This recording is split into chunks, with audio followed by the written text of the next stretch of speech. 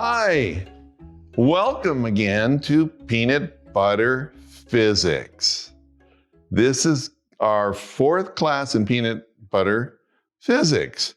And today I want to give my wife, who's the camera person, credit for what she does. And I have a little gift for her, which is the title. It actually is the title of what we're going to be doing today. When an irresistible force such as you meets an old immovable object like me, you can bet as sure as you live, something's got to give, something's got to give, something's got to give. Yeah, and that's the title of our class today. When a force meets an object, something's got to give. Something's going to move. So let's start our class today with a little demonstration of that. Let's go back to what we did last class. Remember we had the air pucks, which have a little bit of a fan in there. And you can put them on a tabletop, and they pretty much kind of stay still. You know, we're going to let it stay still. Now, I've got assistants 1 and 2 that are out here. I want them to remember and know what they need to, what do you have to do if this is just staying still, right? What do you have to do to make it move? You gotta push it. You gotta push it with that. We use the force that is in us. So here we go. Is he right? Yeah. And it just keeps going. So if something is not moving and we want it to move, like when it's here, are all the forces balanced when it's not moving? No, it's not moving.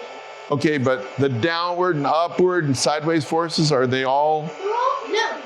They're all canceling out. They're all, okay, and then when I pushed it, there's no force over here on this side stopping it. So if I give it a little push, it moves. Got a question? Do you have a question? I think there is a force that keeps it from going really fast. Okay, well, we could look at that. The air slows it down. Okay, he's saying the air slows it down. Yeah, but it still just goes forward. Could be. All right, we're talking about slowing it down. Assistant number 2. That was assistant number 2 with his ideas. Assistant number 2, if I were to make it move, could you slow it down and even stop it? Yeah. What would you have to do? You would have to push it the other way. You'd have to apply a force and push it the other way. I want you to do that right now and stop it. So I'm going to give it a little, I'm going to start it, and you have to come over here. He's eating. Peanut butter, there's peanut butter, they're all eating. All right, are you ready? Yes. All right, I'm going to apply a force, and you're going to, he used the force that is in him to make it stop. Got a little challenge for you now. If I give it another push and get it going, I want you to stop it without using your hands, without pushing it. Think about it. Can you do it? Yes. Okay, let's see if he can do it. Oh, he did. What did he use? What did you use? I use air. Use air, and air was a Thing. yeah. It's a force. When I go this way, you had to make a force come from the opposite direction, right? To make it stop. So we see that if an object is at rest, it wants to stay at rest unless you use a force to make it move. And an object that's moving at a constant speed, the only way you can change the speed or stop it is to apply a force. That's what we're going to be looking at today. That's actually Newton's first law. We're going to go into the second law. So before we go into the second, yes. Question. Yes, question here. Where did all the farm animals come from last time, and will they be back? Okay, that question is not related to what we're doing here. I don't want farm animals again. So what we just saw demonstrated was Newton's first law of motion. And that law deals with a property called inertia. We saw that an object that was at rest would stay at rest unless we put a force to it. And an object moving, our air puck, would tend to keep moving unless a force was there to stop it. The word inertia is the tendency of an object to either stay at rest or the tendency to remain in motion at a constant speed, unless there's an outside force. So one of my assistants would like to state that in his own words, assistant number 2. Yeah. So just to make sure that my assistants do understand that first law of motion and what inertia is, I have assistant number 2 right here who would like to tell you what he believes it is. Assistant number 2? Hello. Okay. Well, it's basically if something like this pencil, if no force is applied to it, it will stay still. But if force is, it keeps on rolling. So it stays in motion. That's how I would explain it. Get down. Okay, well, thank you, assistant number 1 and partially assistant number 2. Well, that was great. You know, we're studying about motion and matter in this section, and I want to talk a little bit about matter for a second. Matter is anything that has weight, has substance to it. It could be made out of different things. I have a couple of weights here that are made out of steel. One is bigger than the other. Actually, this one here is twice as heavy as this one here. And I have a little scale which to pick it up. And then I have another little spring scale to pick up this other one. Now, assistants. Are these weights moving? No, but they're going to. Okay, right now they're at rest, or are they moving? They're at rest. They're at rest. Yeah. Okay, so you know there's a force on them. Which force is acting on both of them?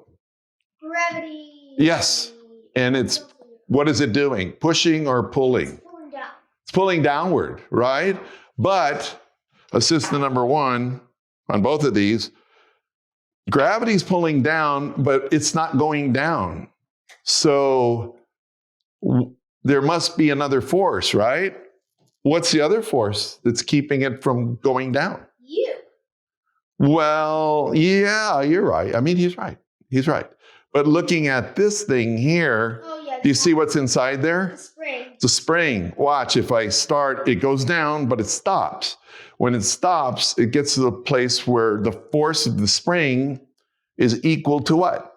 Gravity. Of gravity. They're equal to one another.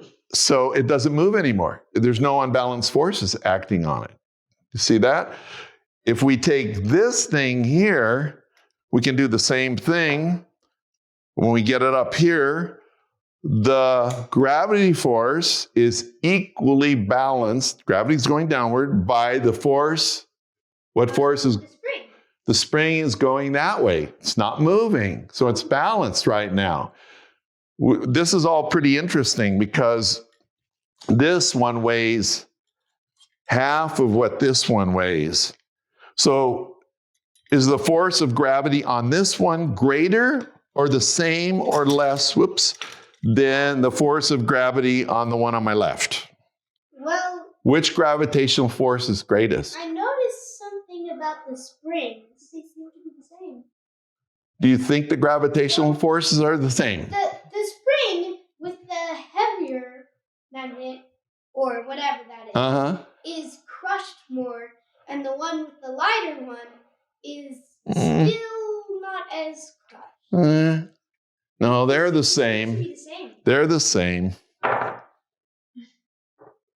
Which one has the greater force, or the force is the same? It's the same. The gravitational forces on this one, which weighs twice as much. Well, according to the springs, they're the same. According to the springs, this says 1,000 grams. This one here is a different scale. Oh. This one says they're different. This one all the way down says 500. So now which one? Which one is heavier? Then it's the big bump. So which one has the most strongest gravitational pull on it? It is the big one. The big one. Yeah. How much by how much? 3 times as much? Twice as much. Twice as much As the little one. as the little one. All right, now you're saying, and the springs show that the gravitational force on this one is twice as big, right? Uh-huh. Then this. The gravitational force is twice as big. So if I drop them, this has the most force on it. It should go faster. Greater force. Greater force. Which one's going to go fast? They're gonna land at the same time. Why? I don't know how to explain it, but I know. we explored this once before. Yes. Okay, we're going to do this. Different forces. Double the force on this one that's on this one. And I'll drop them.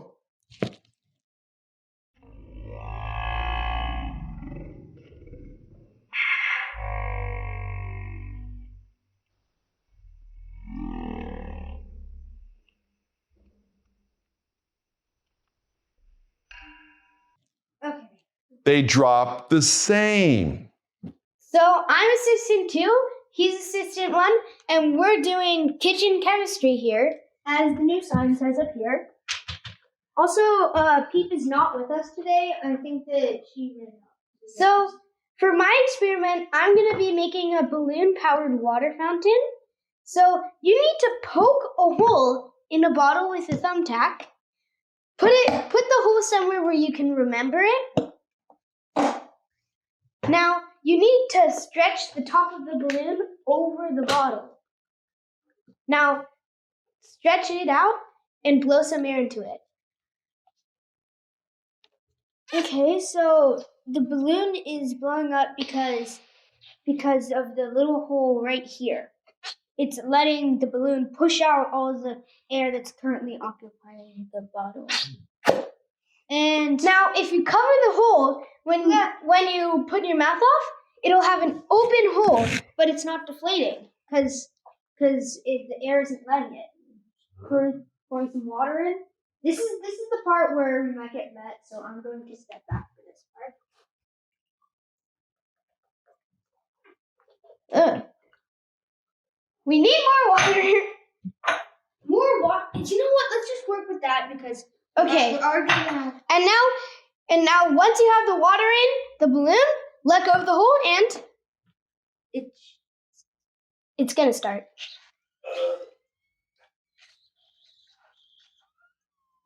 It's squeaking. And that's why we got a tray. Just dump out the water. Glug, glug, glug.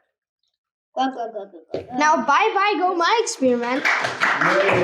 And now is my experiment. And after the water fountain, this one is going to be explosive. So, first of all, the first step to this, get the scooper full of citric acid, just crystals. Wait, doesn't that mean that it will explode all over the counter and stuff? Possibly, but I think... Well, that sounds like a bad idea. Let's do it. Okay, so we put this in here, right? I think that we put this in here. Yes, you can put it in there. Okay, put it in the first thing. Mix it. Mix. But you gotta pour it in the beaker first. This is the beaker. No, the dinghy. No, this is a test tube. This is the beaker. You gotta put it in the test tube then. Are you sure? Because I can't really remember. Hold on. Or is this the second Me and him have a weird thing where if we go lower than our standing level, we can think a lot clearer. So, be back in a second. I'm trying to remember this thing. Ding. Okay, so I actually forgot a couple things. So in the cup, I put in some baking soda. The baking soda bag is too big to put over here. How do we even fit that much science experiments down here? Don't ask. Also, where did this come from? Guess what? I'm asking. Well, save it for later. This is my party hat. So now that we have this baking soda and water mixture, oops. I'm just gonna put this aside. And we'll just put a little bit of this dish soap in. Mix it up. I think that we need to. My party hat fell. Swipe this off. Actually, this one would be more convenient because it has a little horn. Stand back!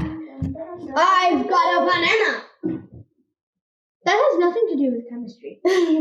But I said stand back, and bananas are really powerful in eating you, so. Right. Didn't say eating. Just need to get a little bit because this is going to. Shove it in. Left shake. Oh! It go boom boom. Okay, let's. You know what? Just for extra fun, we're just gonna put the cork back on and try that again.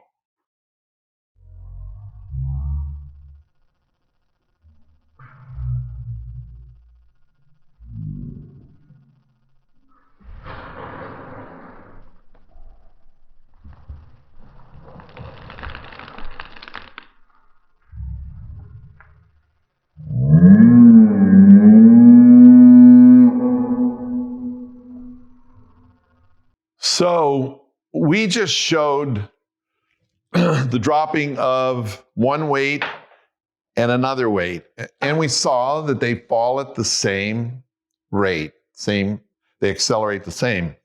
But we know the force on this one is twice the force on this one, which would tend to make us think that this one should, greater force pulling down, it should go faster.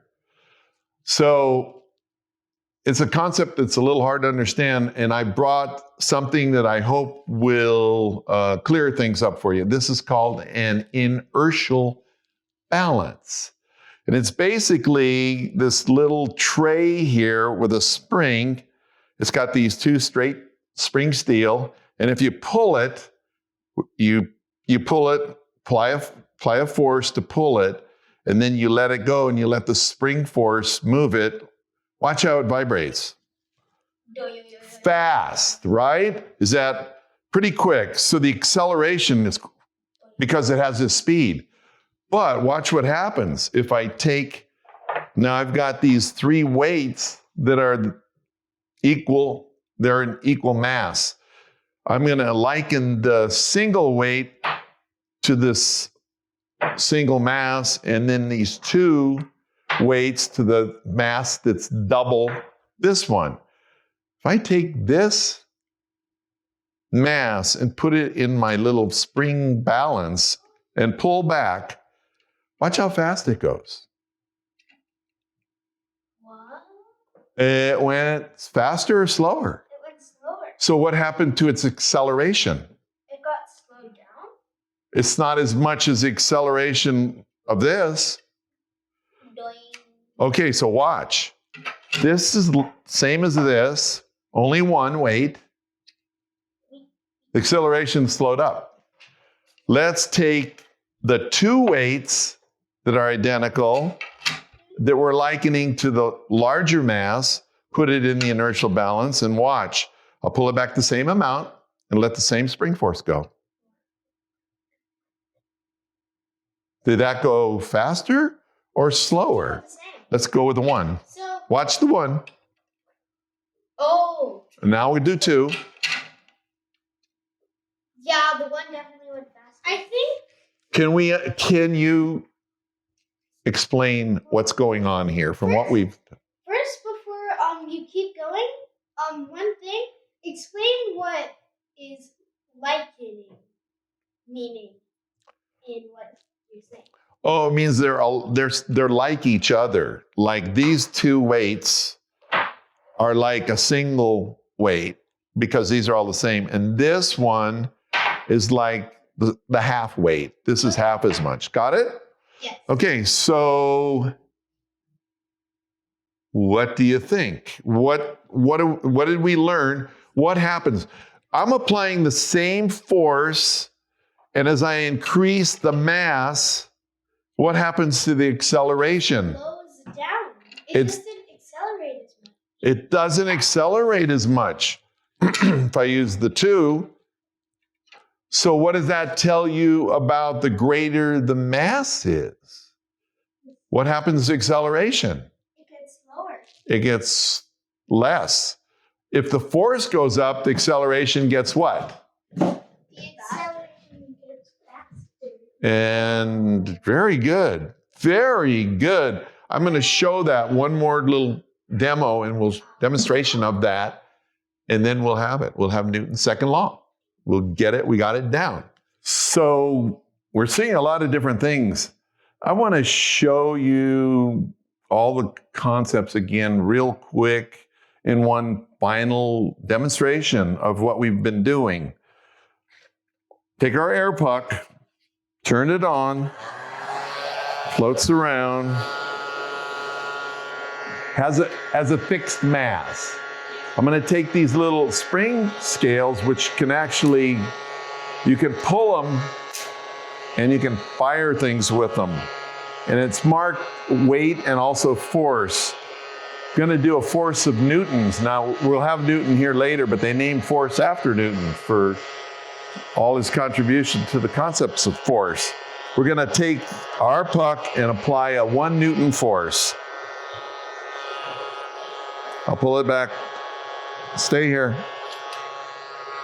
1 Newton force. Did you see how fast it sped up? It accelerated because we applied a force. 5 Newton force. See what happens. Oh! That went really fast. So, same mass. If we increase the force, what happens to acceleration? It goes up. All right, one final thing to show you. I wet the counter here. We got water all over the place, but science, for science, you sacrifice your home for science, whatever. I'm wetting the smooth countertop. I have got a small steel weight, put it right there. It should, I want it to kind of float a little bit. Yeah, so it kind of slides on the water. There we go. And I'm going to apply let's put a 5 Newton force on it. Wait a minute, we'll try that again. It's stuck. Try that one more time. I'm missing it. All the way to the end, a 5 Newton force. Big, heavy steel weight. I'm going to use the same force. 5 Newton force. Oop, try it again. Stick it. I think you need more water there. 5 Newton force.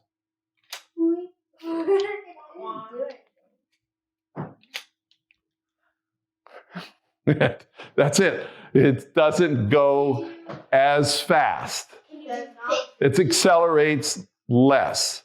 So as I increased the mass, the acceleration went down. If I increase the force on an object, the acceleration goes up. That is Newton's second law of motion. Newton's second law of motion is this, that when a force is applied to an object, it accelerates in relationship to the strength of the force.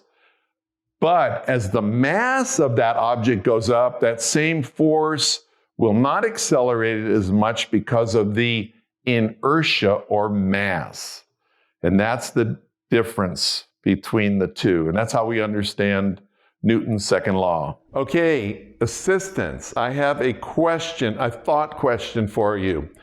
So if I, on the earth, weigh 180 pounds, okay, if I go to the moon and the gravitational force is like 1/6, what would my weight be on the moon? It wouldn't change, but the gravitational pull on you would. The gravitational pull is less on the moon. Think about this. If I weigh 180 pounds on the moon, I'm sorry, on the earth, and I go to the moon, what's my weight going to be on the moon? 1/6 of that. 1/6 of that. And that's how much. Can you do the math? What is 1/6 of 180? Divide. 180 divided by 6 is what? 180 Divided by 6. divided by 6.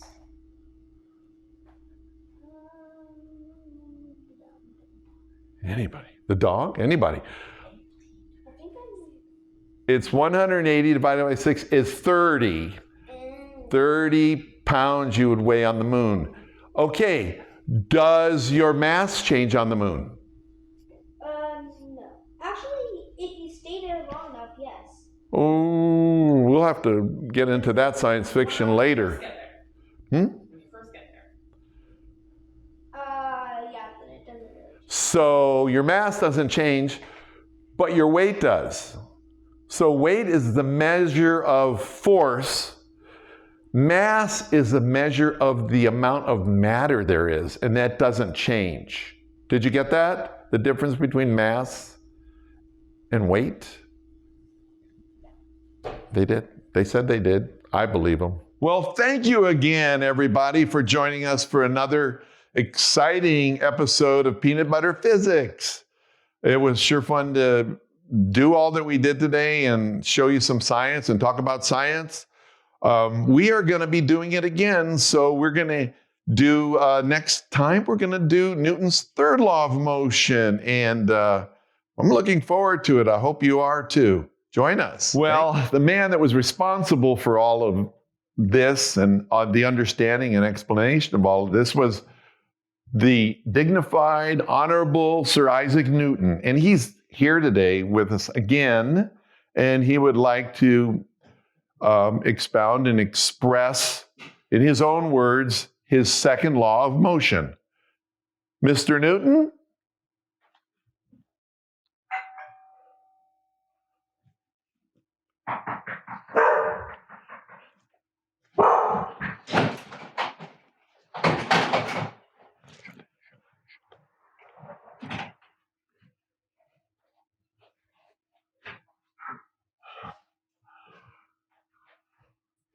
I am Sir Isaac Newton, famous great physicist from England. Today I'm going to express to you what is, in my words, the second law of motion. So if you have an object and you apply a force. What is all the noise in here? I think. Get those chickens and the ducks, the animals out. And the cows. Out, out.